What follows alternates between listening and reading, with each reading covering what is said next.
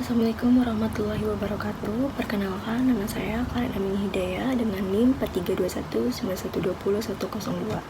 Saya dari Universitas Mercu Buana, Fakultas Ekonomi dan Bisnis dengan jurusan Akuntansi S1.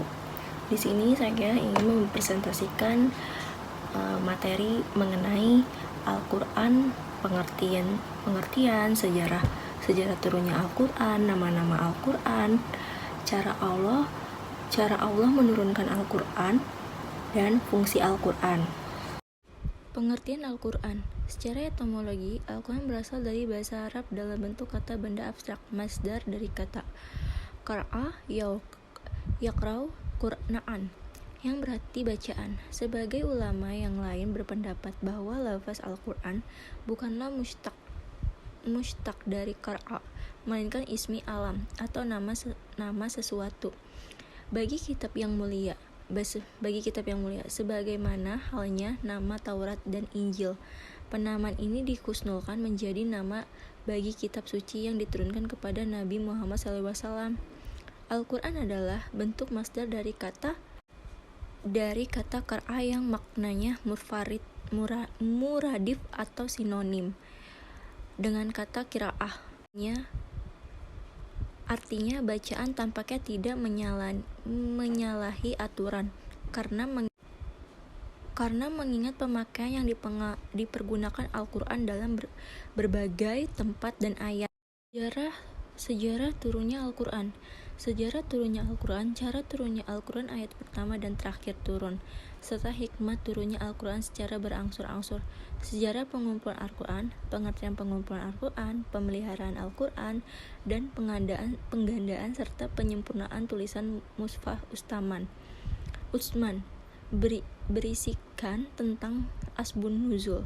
Pengertian Asbun Nuzul. Cara mengetahui Asbun Nuzul. Beberapa riwayat mengenai Asbun Nuzul, suatu ayat banyak nuzul dengan suatu sebab.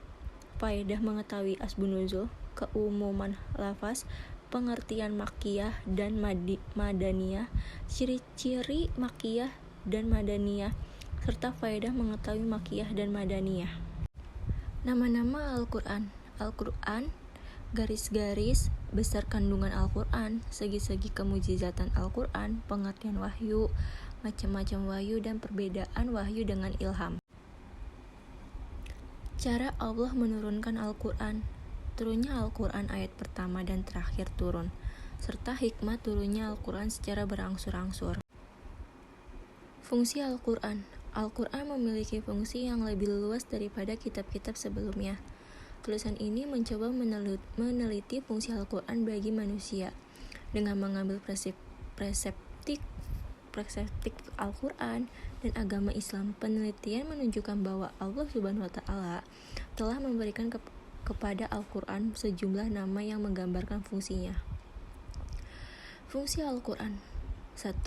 Al-Huda atau petunjuk. Di dalam Al-Quran ada 3 posisi Al-Quran yang fungsinya sebagai petunjuk. 2. Al-Furqan atau pemisah. Nama lain Al-Quran adalah Al-Furqan atau pemisah. Yang ketiga, Al-Ashifa atau obat. Al-Quran adalah obat bagi penyakit yang ada di dalam dada manusia. 4. Al-Mauizah atau nasihat.